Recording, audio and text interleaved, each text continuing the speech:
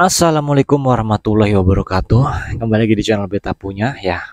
Hari ini kita akan ngebacot tentang sebuah klub sepak bola yang dulu itu sempat dijuluki Los Galacticosnya Indonesia. Pasti kalian nggak tahu kan? Kalau ini klub yang berasal dari Pulau Kalimantan yang sempat dijuluki sebagai Real Madridnya Indonesia.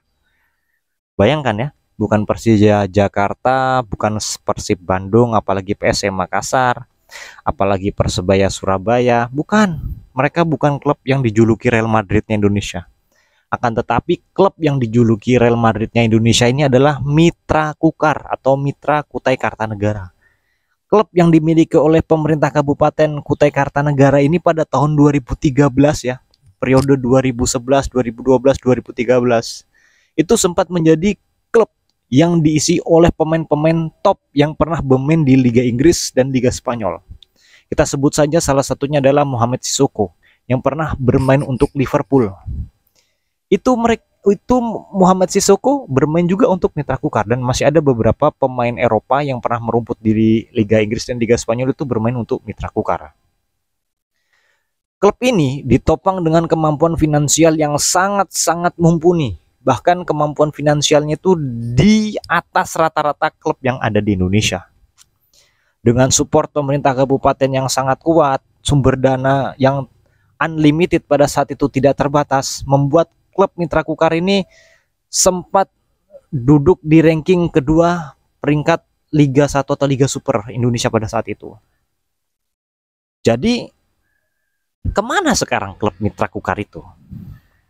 Di tahun 2024 ini, klub Mitra Kukar itu sudah turun kasta atau turun level 2 tingkat dari tingkatnya dia. Dulu Liga 1, sekarang dia turun ke Liga 2.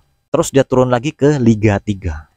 Di Liga 3 lebih parahnya lagi, dia tidak bisa ikut berkompetisi dikarenakan tidak adanya pemain, tim pelatih, dan tim kitman.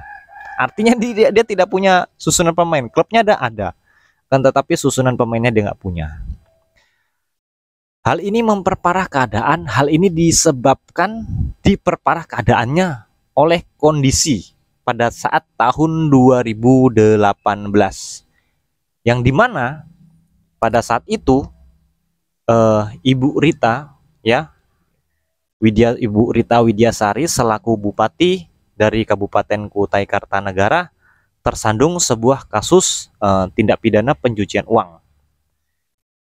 Pada saat Ibu Rita Widyasari ditetapkan sebagai tersangka oleh Komisi Pemberantasan Korupsi, secara otomatis di tahun 2018 juga prestasi Mitra Kukar yang tadinya ada di level paling atas Liga 1 di Indonesia langsung melorot menuju ke jurang degradasi.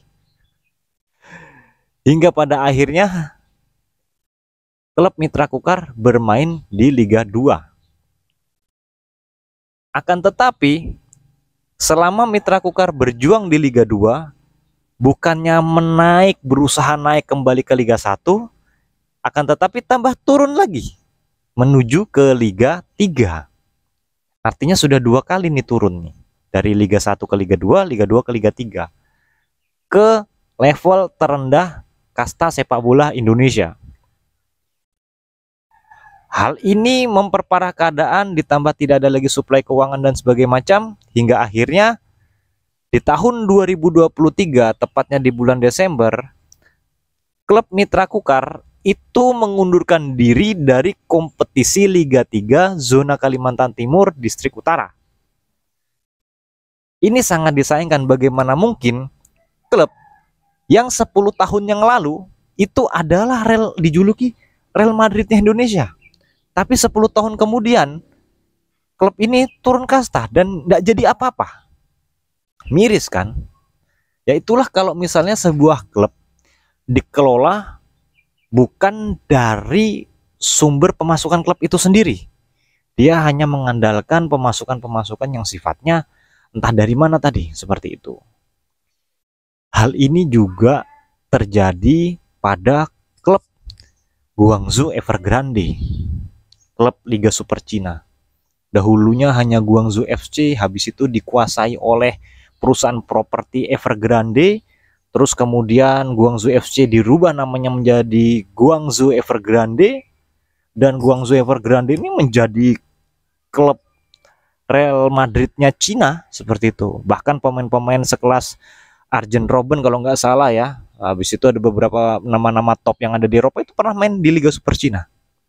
Dan ketika perusahaan properti Evergrande dinyatakan bangkrut oleh pengadilan perdata di Amerika, prestasi dari klub sepak bola Guangzhou Evergrande ini langsung ngedrop juga teman-teman, langsung turun kasta juga seperti ceritanya dari Mitra Kukar tadi.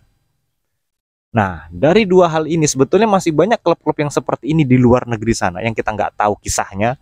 Itu ketika dia hanya bertopang pada sumber keuangan yang bukan dari yang dihasilkan oleh sebuah klub, maka ketika sumber keuangan utamanya ini kolaps, maka klub itu juga akan kolaps teman-teman. Nah, kita lihat hari ini Real Madrid masih tetap perkasa ya kan, karena memang sumber pemasukan Real Madrid itu bukan dari sebuah perusahaan seperti layaknya Guangzhou Evergrande, dan Real Madrid ini bukanlah sebuah klub kota atau kabupaten seperti Mitra Kukar yang bergantung pada sumber sisi satu pemasukan saja. Tidak seperti itu. Ya walaupun kita lihat klub-klub kaya raya di Eropa ini ya mereka mendapatkan pemasukan dari sponsor, habis itu tiket pertandingan, dan memang usahanya itu seperti itu. Jadi pemilik klubnya tetap menjadi kaya raya dari sebuah bisnis olahraga ini. Nah, jadi gitu tadi teman-teman, sedikit cerita yang mau saya sampaikan. Intinya dalam mengelola sebuah klub sepak bola itu tidak lepas dari kekuatan finansial. Artinya prestasi itu berbanding lurus dengan kemampuan finansial. Semakin kuat finansialnya, maka prestasi sebuah klub itu akan terus melaju. Tidak ada namanya klub yang tidak kuat secara finansial terus menjadi juara, itu mustahil. Karena prestasi itu harus berbanding lurus dari kemampuan duitnya.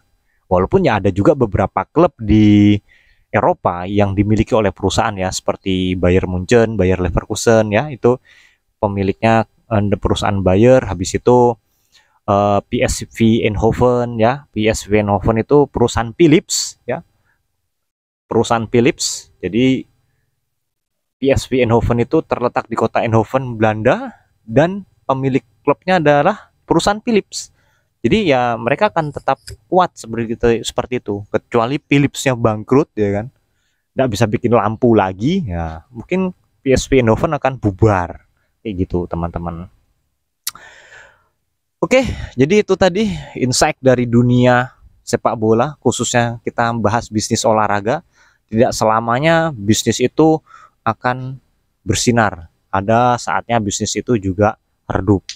Jadi bukan hanya bisnis di kulakan atau bisnis dagang atau bisnis jual beli barang saja yang bisa bersinar, bisnis olahraga pun juga bisa mengalami pasang surut. Oke, itu saja teman-teman. Terima kasih kalian sudah menonton video ini. Assalamualaikum warahmatullahi wabarakatuh.